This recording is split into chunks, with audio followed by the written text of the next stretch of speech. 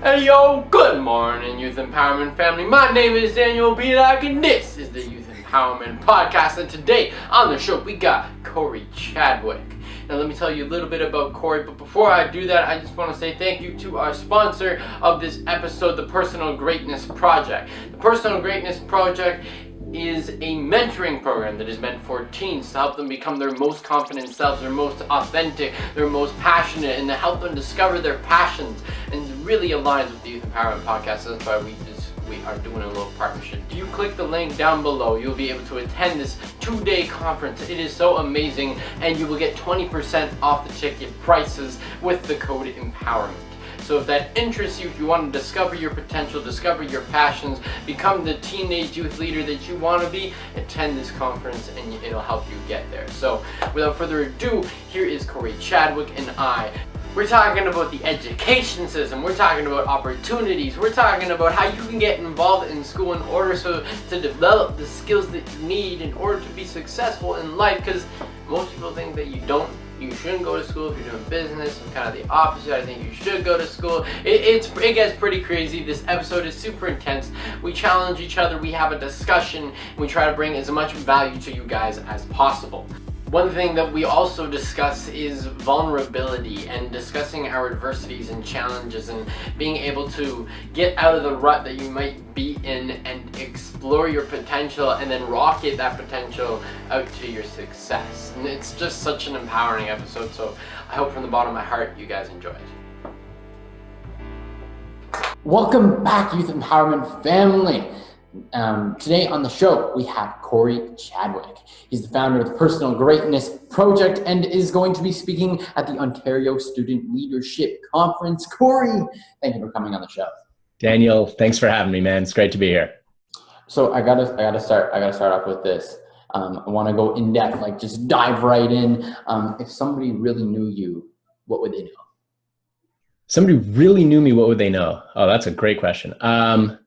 They would know how much I care about being your personal best, how important it is to live a great life, an empowered life, a life that matters, and not be mediocre. They would know how much I have such a huge distaste for mediocrity.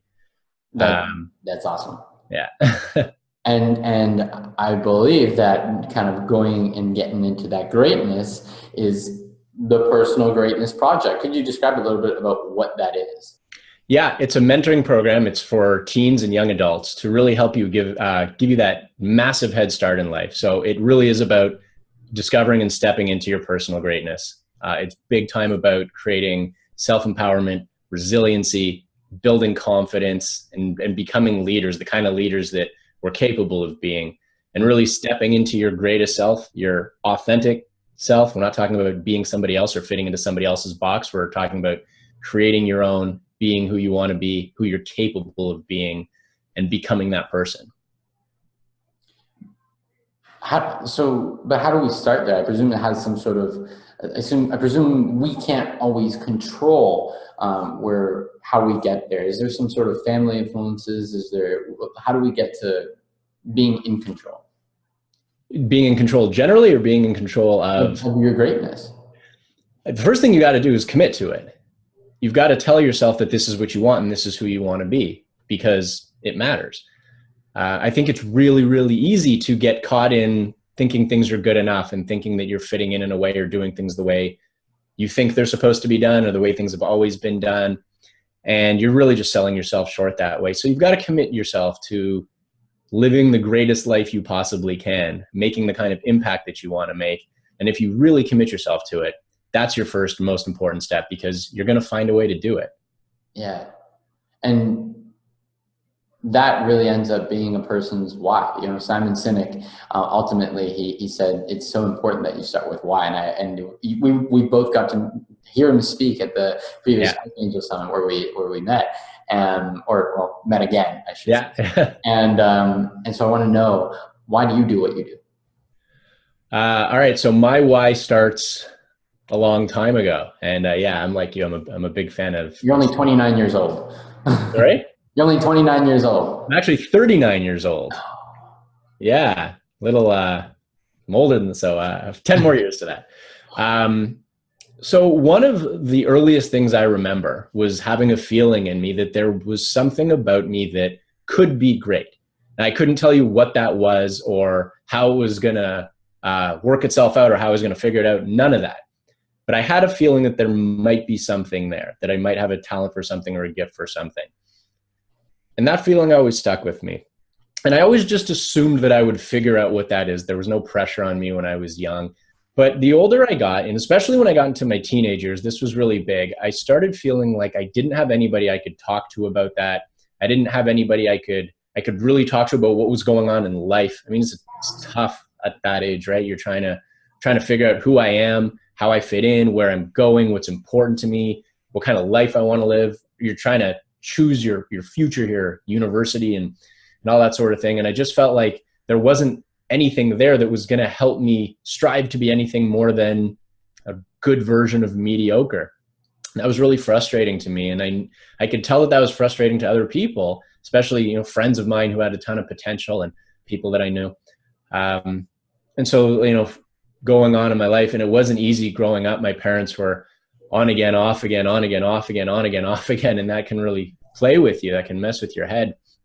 When I was 16, right in the middle of all of that, trying to figure out who I am and how am I going to live to my potential, I contracted a rare brain virus, which knocked me on my ass for about 7 months. Just I was completely out of commission. And it took 7 months just to diagnose it. So that was a really tough time. My parents didn't know if I was going to live or die. And if I did live, I should say, was that going to be my whole life? Was I just going to be destined to live a life of, you know, whatever that brain virus did to me? But 7 months passed, they diagnosed it, got to move on from that. And now I'm thinking, okay, I've been through some hard stuff. It's going to get easier here. And it didn't. It kept getting harder. My mom was bipolar. As I got a little older in my teenage years, it kept getting worse and worse. She started attempting suicide. And I just knew, I had that feeling that it's coming, that it's going to happen one way or another. And I felt so powerless in my life. I felt powerless in my life when I had that brain virus. I felt powerless in my life when my parents were on again, off again, on again, off again. And I certainly felt powerless here, knowing that my mom might take her own life one day and there's really nothing I could do about it. I mean, I suppose I could hold her hand 24/7 just to make sure it doesn't happen. But I knew that if she wanted to do it, she was going to do it. And she did. I was 21. My mom took her own life, and that just screws with you. That is life kicking you as hard as it can in the gut, and you're down. And I realized I was at this real low point in my life, just thinking this is the worst it can get. And I'm also thinking about my future and thinking, am I just going to be like that? Am I going to end up on the same road? Could I end the same way that she did? And that terrified me. And again, that was a powerless feeling. And I was so tired of feeling powerless in these things that I said, I have to make a commitment to myself. I have to make a pledge to myself about who I want to be and what kind of life I want to live, because I saw how easy it could be to go down a different road. And nobody would blame me for that, right? Nobody would say, oh, pick yourself up and just keep going on, because when you go through a certain amount of stuff, people just kind of accept that you're going to break down and stay down. I realized that was my choice, though. And a lot of people don't think that's their choice. They think that's just the hand life dealt them, but I just didn't feel that way. And so going back to that thought, if this is the worst it can get, then what's the best it can get? Because just if there's a worst, there has to be a best, right? At least that's the way I thought. So I thought, if I'm going to choose what kind of life I'm going to live, if I'm going to choose who I'm going to be and what kind of person I'm going to be, why not choose the best? So going back to what we spoke about earlier was making that promise to yourself, making that commitment to yourself that you're going to live the greatest life you possibly could. At the time, though, I had no idea what that meant, right? I was making this big, bold claim, proclamation in my life that I was going to live this kind of life, but I really had no idea what that meant. I had a million questions and no answers at the time. And the more it went on, the more questions that I had. And so I tried to turn to the person in my life who had been my role model growing up, the guy that I looked up to, the guy who guided me and helped me through so much, and really helped me become the person that I thought I wanted to be. And I'm looking to him in this really tough time. And right around the same time, he starts going down a road that just was a bad road, drinking too much, and then drugs, and just the kind of thing that tears a life apart. And it was such a, it really messed with me, because I thought, this is the guy I want to be. And then it became, this is the guy I don't want to be. And a lot of bad life decisions coming out of that, not for me, for him. And I'm trying to figure out who I am. And then this is my role model. This is my influence. And that took me back to that feeling of not being in power. And I didn't want that. And I couldn't stand that anymore. So I went back to this idea of, who do you want to be and what kind of life do you want to live? And to do that, to figure that out, I have to figure out how to be the greatest me. I got to figure out how to do that. And so I essentially designed a version of myself that I wanted to be, like an ideal future version of myself that I wanted to aspire to be, because I thought there was no greater role model I could possibly have than the person that I want to become. And so I set out on making that happen. Fast forward again a few years, and like so many other people, I get stuck in a career that wasn't really speaking to me. And I didn't plan on that. I just kind of stumbled my way into it. I was in the bar business, and I bought a business that I thought was underperforming, and I could turn it around and make something great happen. And that's exactly what happened. And it was really cool. And I was making really good money, and I was having a lot of fun. And by everybody else's standards, I was living the life. Things were great. But let's go back to that feeling that there's something in you that's meant to do something, or meant to contribute, or something in me that's waiting to come out. And that's just all about living to my potential. And that's been such an important theme in my life. And I just didn't feel like that was happening, even though by a lot of other people's standards, I was living to my potential, right? Because if it's all about money and business success, then that's exactly what you're doing. That wasn't it for me. So I sold my business. People thought I was nuts. It's not the first time. When you make a tough decision, that's, the popular decision. Didn't know what I was going to do. I still had a million questions and not enough answers, but I knew that this was something I needed to do. So I sold my business. I went out to figure out how I can step into my personal greatness and really become that person. And that got me into working with people and helping them discover their personal greatness and helping them live exceptional lives to succeed in so many different areas of their life that are important to them. And then I became a dad. And once I became a dad, everything started to change, because I'm looking at this beautiful little boy who knows nothing about the world, and he's going to learn the world now, and he's going to grow up, and he's going to learn something one way or the other. Whatever's in front of him, whatever's around him, that's what he's going to learn. And I thought back to my time being so frustrated that there was nothing there for me, that there was no one there for me to help me step into my potential and live the kind of life that I knew deep down inside that I was capable of living, and having the kind of impact that I knew deep down I was capable of having. And I just thought, I need to do something different for him. He's going to grow up in a world where careers are changing so quickly, and who knows what place university has anymore, and everything's changing, and some things are really messed up. And I just knew I had the opportunity to do something about it. And in fact, it felt more like as much of a duty and an obligation, in a really good way, an obligation, but that thing that was pulling me to do this. And so the Personal Greatness Project came to be, put it together, and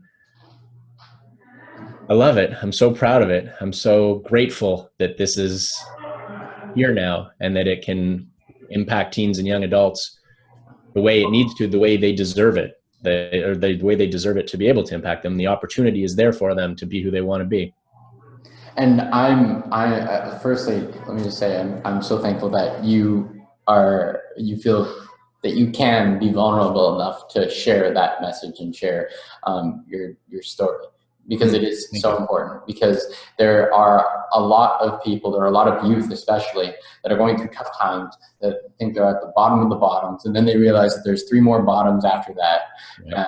And to have somebody that knows what that feels like is incredibly inspiring, and I just want to thank you for that. Yeah, thank you. But I agree. It's important. and to the youth that are going through this, how did you not become a victim of your circumstances? Because I chose not to. I realize that probably sounds overly simplistic, but And very hard to do. and very hard to do. Yeah, it certainly is. Everything is a choice. I absolutely believe that everything in your life is a choice, and the decisions you make define who you are and who you become and what kind of life you want to live. Again, I'm going to go back to that thing where I knew that nobody would blame me if I became a victim, if I was a victim to circumstance, and it would have been so easy to do that. Yeah.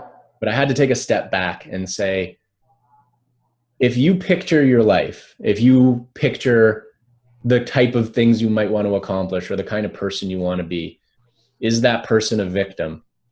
Would that person stay down because life keeps hammering you? And it does. And like you said, you drop to a level and there's 3 more levels and you're trying to get up and life keeps kicking you and saying, stay down, stay down. If you knew it was good for you, you'd stay down. And I just kept saying, no, like, fuck you. I'm going to get up and I'm going to keep going because this is who I'm going to be. You can't do that alone. You certainly need support. And I am a huge proponent of getting support at every point in your life, all the way through. Keep growing, keep learning, keep being better. And you have to do that with support, with the team, with people who are helping you get there. But that's what I did. And I just started asking different questions. And I said, well, what if I didn't have to be a victim? What if I could turn this around? How would I do that? And that's not a question that a lot of people ask. So if I'm asking myself, how would I do that? I start coming up with different answers, and bit by bit, I figured out how to step into that and then how to own it instead of having it own me.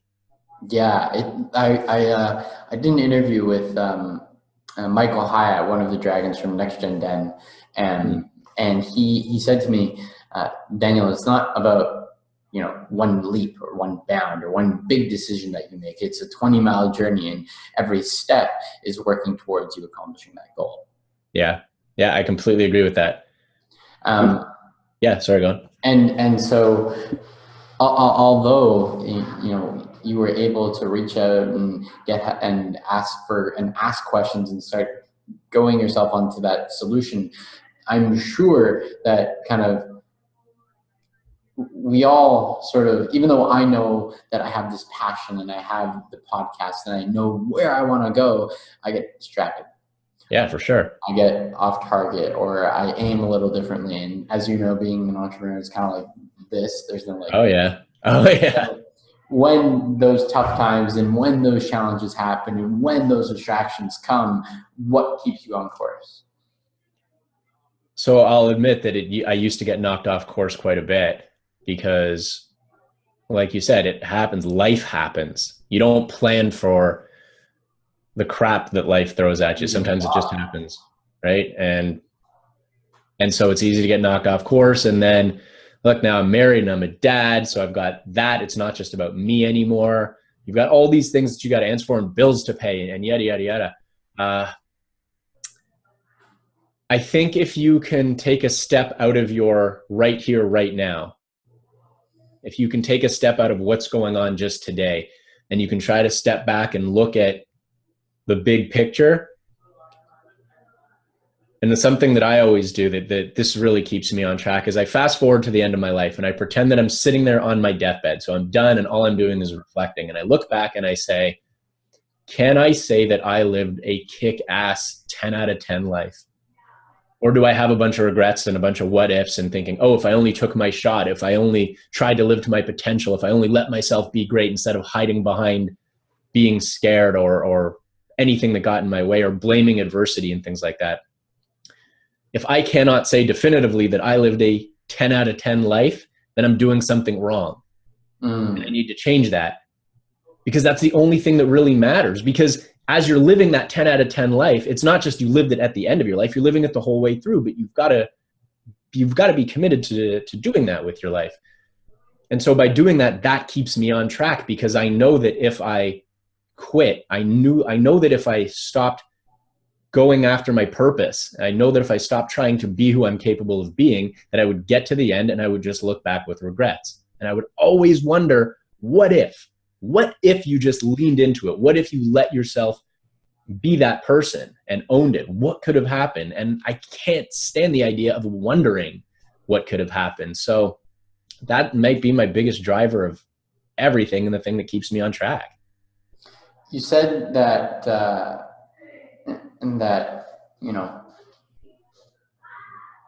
I tend to do the same thing. So in my room, I have a vision board, and it has everything that I sort of want to accomplish, whether it be from, I want to travel the world. So I have like every destination that I want to go on there, that classic, like pin the point on the map. Yeah. And then around, so that's like the map of the world, and then the travel destinations. And then the secondary around that is more of like career things. So like, I have like Justin Trudeau giving Stephen Harper a hug on there because I want to be Prime Minister of Canada.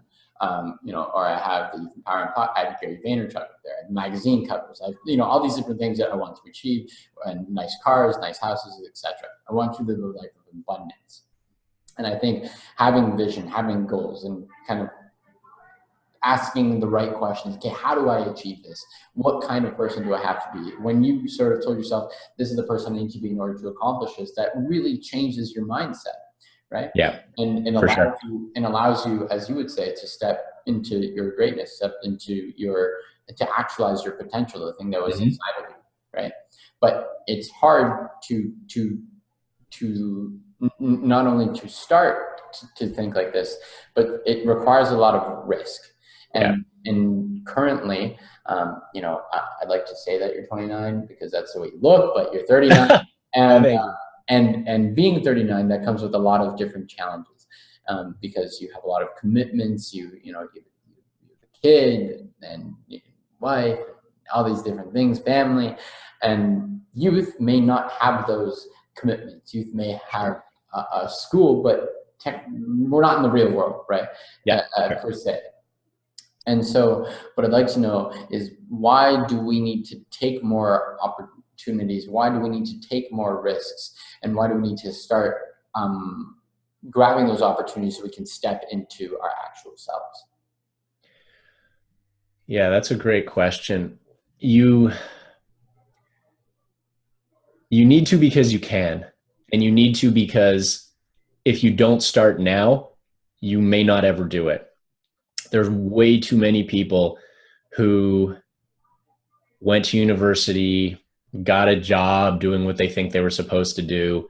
Life catches up, it sneaks up on you really quickly. And all of a sudden they're 40 or 50 years old and they're thinking like, holy shit, what happened to my life? This isn't what I envisioned. This wasn't what I wanted. I just kind of assumed everything was going to happen. And then they're so used to playing it safe, to not taking risks, that they don't know how to take risks now. And so when they do, if they do, it's this huge like shock to the system. Molly is starting her own business. Oh my goodness, at 40? Right. Exactly. It's crazy to a lot of people, just taking certain chances. And it's not just about business. It can be about anything. It can be about, I left a relationship with an amazing woman in my 30s. People don't do that. People get married in that situation. For me, it wasn't it. And I wanted it. And so I had to make those really tough decisions at many points in my life. And they keep paying off, right? Mm-hmm. I met my amazing wife. She's the greatest. Our marriage is amazing. And I recognize that if you're, 15, 16 years old, or 22, 23, you might not be thinking that way about the marriage and the kids. Maybe you are, maybe you're not, but you're right where you are. And you're thinking it's hard to take a risk because it's scary. It's hard to be vulnerable. It's hard to put yourself out there. When I was all through high school, I was terrified to ask girls out. Terrified. I couldn't do it. I couldn't pull the trigger. I think the first girl I asked out in high school was in my last year of high school. And I just mustered up the courage so much to go to her house. And I actually, I didn't even do it at school. I knocked on her door and I asked her out, and it was like straight out of a movie or something. But I realized that I went through my whole high school life never asking girls out because I was too afraid, because I was afraid of hearing no. I was afraid of them thinking I wasn't cool enough, or I don't even know what I was afraid of, because when I look back on it, I'm wondering, what were you really so scared of? But I get that it feels scary when you're in it and you're trying to figure out who you are and how you fit in. And the last thing you want to do is have people laugh at you and point fingers at you, or for you to try something and fail. And I get that. As best you can, push through that, because that's when great things happen. And don't start with these big, huge risks. Take little baby risks. Stretch yourself and just do something that's a little more risky today than it might have been yesterday. And just try that. And when you do it, when you start taking risks and you start betting on yourself, you see that amazing things happen, things that you never would have seen before because you never let yourself see them. So I promise failure is not the worst thing in the world. In fact, failure can be a great thing. It's a necessary thing. But you got to get over that hump and be willing to accept that it might happen. And that's okay, right? And I have a very similar story. I seem like a pretty social person, or at least that's what my friends would say. And but in high school, man, I could still talk to like the guys. Like I was like, bro. Right? Yeah, for sure. Totally fine with the guys, right? But me asking out a girl or talking to a girl, even just talking to her, oh my goodness. In grade 9, I was very like non-sociable kind of guy to the ladies. And then it all started with that 20-mile journey. I started listening to podcasts, and here I am now hosting a podcast. Nice. And that took about 4 years to get over one of my fear of rejection, which I think holds a lot of people back. All of us. We're human. No one wants that feeling. Yeah, rejection, and then failure. Also, like, know that you are likely to succeed, and if not, oh well. The world doesn't end; it goes on. Right? It goes on. But all that, all the kind of rejection, all these doing these little things, really got me to where I am now. Yeah. And so for the people that are listening, I think it's super important that if you want to, like Cory was saying, if you want to start taking those little actions to get over your fears, easy ways to do it when you're in high school or when you're in college or university is to get involved on campus. Because if you're getting involved on campus, then you're accountable to other people. And if you're accountable to other people, then you're more likely to do these things that might seem scary. So if you're afraid of public speaking, join a Toastmasters club. Nice. Or if you're afraid of like socializing or doing things like that, perhaps take or a competition, take like a case competition class, or like or join DECA, or join Psychology Society. Join something that maybe challenges you to do something you're not as comfortable with. What do you think, Cory? I think that's great. Campus is a great idea. It can be off campus too. I was big into team sports. I played a lot of hockey growing up. That was huge for me. Built up a lot of confidence doing that, being a part of something, working towards something. Like you said, being accountable to my team was a huge thing for me. I think stretching yourself in any way to do something that maybe you're not so comfortable with is just a really, really important thing, because not only do great things happen, but you also learn that you're capable of doing something outside of your comfort zone. You're capable of stretching and growing and being better and improving and learning and growing and all these amazing things that happen. So yeah, I just do anything, really. Do anything that can stretch yourself. Big time important. So I got a question for you. Yeah. Doing these sort of fearful tasks is not the easiest thing to do, right? No. And a lot of them involve communication. I truly am a huge fan of communication. I believe just so essential to solving problems, to asking the right questions, and everything along those lines, and improving yourself. So you do lots of, you seem like a very eloquent speaker. You're speaking at the Ontario Student Leadership Conference. How do you deliver your message and improve your communication skills? And improve my communication skills? Communication skills, youth that are starting to be involved. Yeah. A really important piece of that is to understand what you're trying to achieve in, let's say it's just a conversation. So what am I trying to achieve here? What's my goal? And trying to understand the other person. A lot of us, we like to speak. We don't like to listen. We think that everybody else should think the way that we do, or that they do think the way we do, which just isn't true. So you've got to try to understand what's going on the other side. And once you do that, that communication gets a whole lot easier. So empathy really is just a huge component of that. And don't worry so much about being right. Just try to work things out.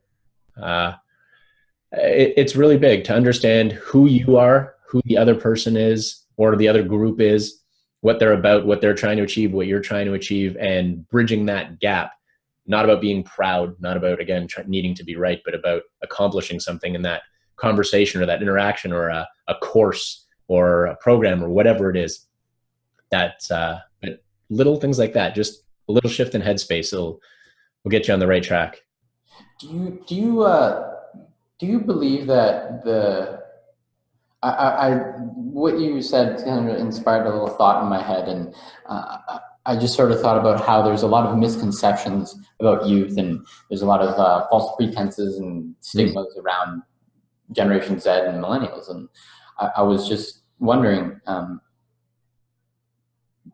do you think that those misconceptions have some sort of truth to them? Like in the sense that we're entitled and perhaps are lazy, or perhaps that we're so involved in our technology that we never get outside of it, and things like that. Sure. And if so, yeah, answer that question and then Sure. Yeah, I do think there's some truth to some of those things, but I think that a lot of people talk about them in a bad way. Right? Like this is a problem, that you're entitled and that you don't want to work hard. Here's what I think. I don't think you're entitled. I think you don't want to put all of your time and effort into something you don't give a shit about. I think there's a lot more awareness right now than there's ever been before. I think we're much more connected globally than we ever have been before. And we realize that doing things the same way they've always been done doesn't necessarily appeal, that creating the same results we've always created doesn't appeal to everybody anymore, that we can do something more. We can maybe do something that we give a shit about and something that matters and something that we can feel great about in our lives. And once you get a taste of that, it's really hard to go and do something that you don't give a shit about anymore. So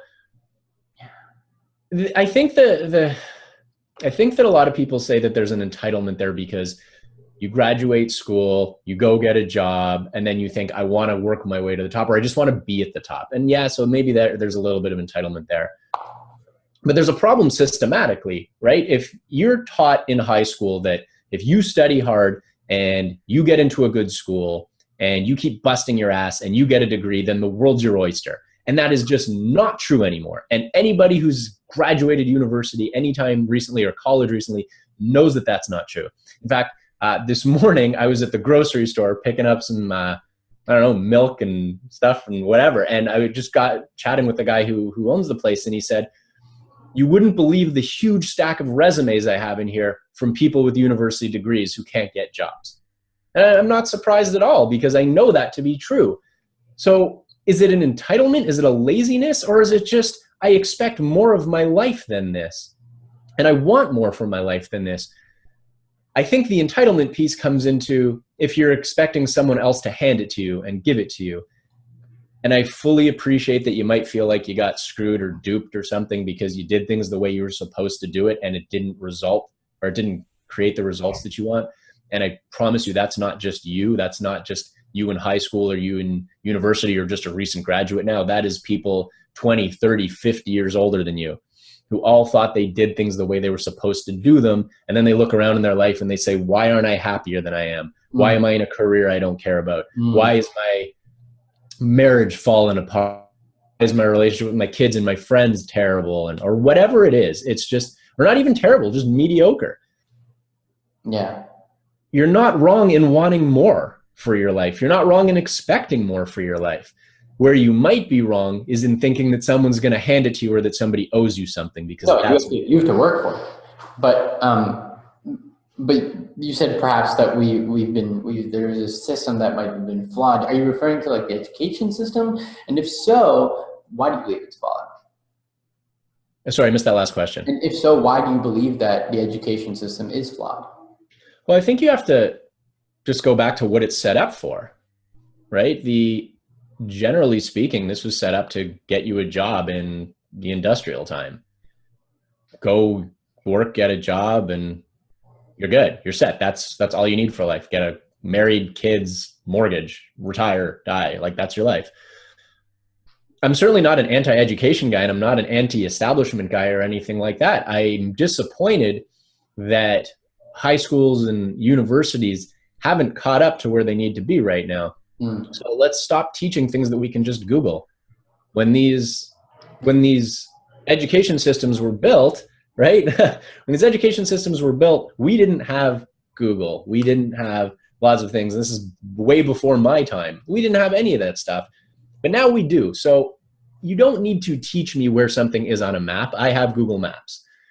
You don't need to teach me so many of the things that we're learning that I'm not saying it's not great to know things. It's absolutely great to know things. But we can learn things that are so much more important to creating our lives, to being happy, to being fulfilled.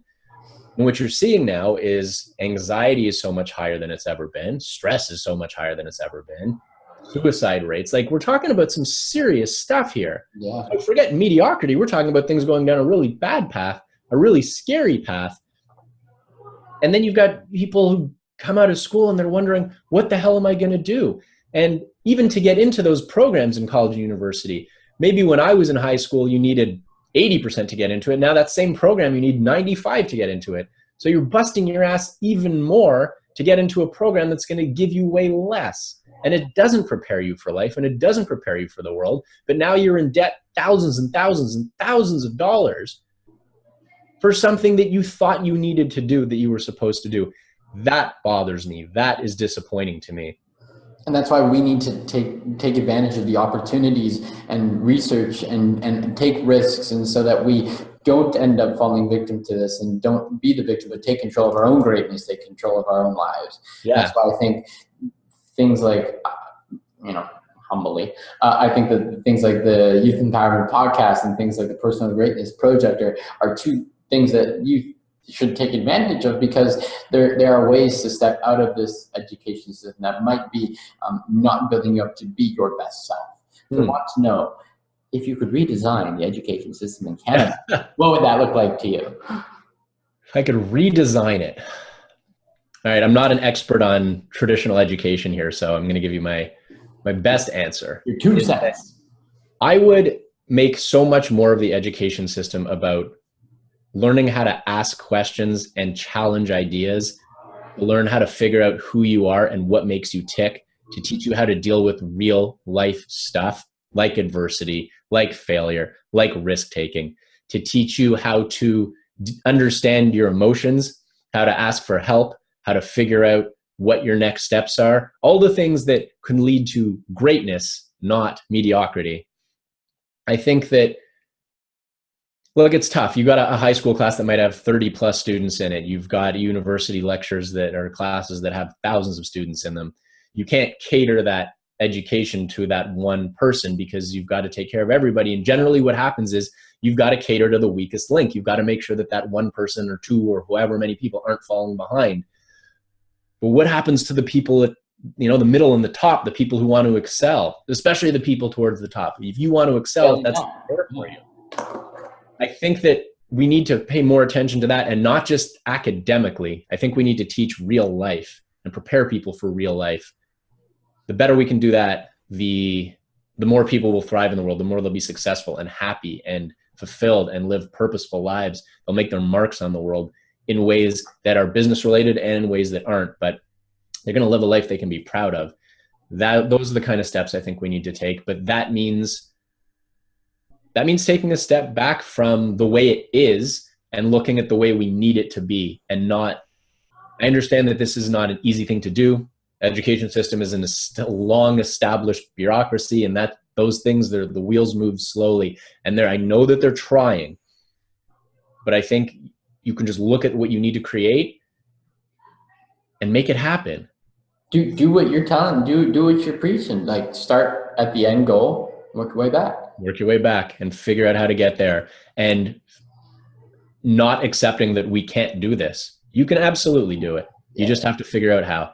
And you've got to figure out how by thinking a little bit differently than the way you are now. Cory, what are you most grateful for? I'm grateful for a lot of things. At this very moment. A whole lot of things. I'm grateful for the opportunity that I have now. The opportunity to create something great, to allow my personal greatness to affect other people.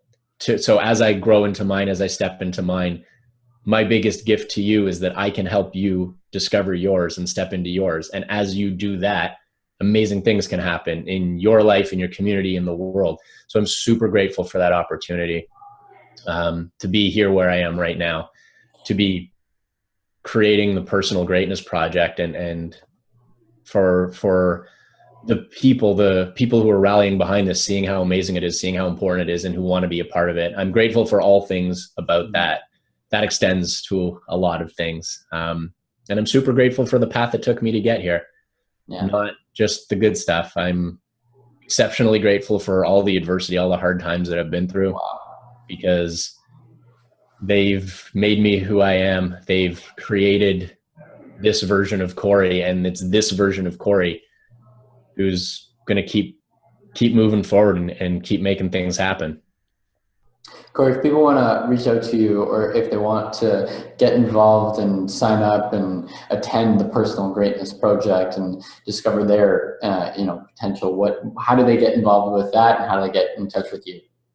Yeah, you can definitely go to the website, personalgreatnessproject.com. You can see a little bit more, and you can just connect with me right through there, through the contact form.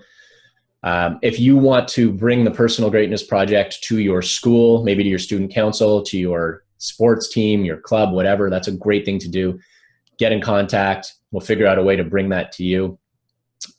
In the meantime, we've got a program coming up on October 21st and 22nd. It's a two-day program, Saturday, Sunday. That's for individual sign up. You can certainly sign up as friends, groups of friends, no problem, but you don't need to wait for us to come to your school.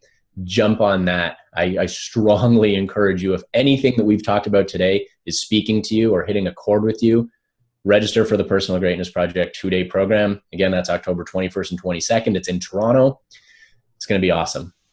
So a shout out to all the Youth Empowerment Podcast listeners. Cory was an amazing person, and we did a little partnership on the Personal Greatness Project. And for those that want to attend, you can register under the word empowerment as for the code, and I'll link up in Eventbrite page where you can put that in, and you get 20% off your tickets for the Personal Greatness Project happening upcoming October. Yeah, that's exciting, and I'm thrilled to be able to do this with you. Yeah. And click with your audience this way. It's awesome. Before I get into the final questions here, I want to first acknowledge you for, one, being so vulnerable and being so open, and want to thank you wholeheartedly. So passionate about being a vulnerable person, and how vulnerability can lead to better communication, how better communication can lead to greatness. And I just want to say thank you for doing that, and thank you for inspiring the teens that you already have met and will continue to meet over the years. Thank you. Thank you very much. You ready for the final questions? Yeah, roll with it. All right. So I believe, and you sort of touched on this by one of the comments you said earlier. You said when you don't know, if you're feeling a little aimless, you said you got to think way back, and you kind of go into when you're on your deathbed. But I like phrasing it a little bit differently. Sure. Everyone writes the story of their life. Every day adding new words, paragraphs, pages, chapters, until it's the final chapter, the final page, the final paragraph, the final word. What is the book of your life called? What is the title of your final chapter? And what do you write as your conclusion? Okay, the name of the book, I think, would have to be The Personal Greatness Project. I think that is what my life is all about. It's how do I discover this? How do I grow into this? How do I be the greatest version of me? The last chapter, something along the lines of win life your way, or I won life my way. I think that's really big. That's Again, that's just a massive part of the Personal Greatness Project, is learning how to win life and do it your way, not somebody else's way. And that's what I'm committed to doing in my life. So I hope when I'm writing that last chapter, that's what it says. And sorry, what was the last question? And what do you write in your conclusion? Perhaps some endnote to all of your readers as to, you know, what are these like 3 main things that you've learned so far in your life? Like the 3 biggest lessons that I've learned? Oh, something like that. Yeah. Okay. I'll maybe answer this in a couple of different ways. I think that there are 3 huge components to stepping into your personal greatness, to living the kind of life that you want. I think and there's a lot of branches underneath these components, but I think if you boil it down to 3 things, it's going to be relationships, potential, and purpose.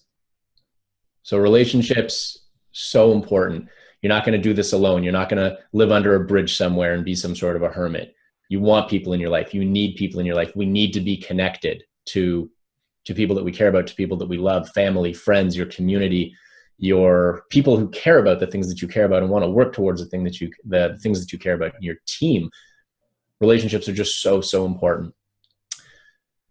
Potential.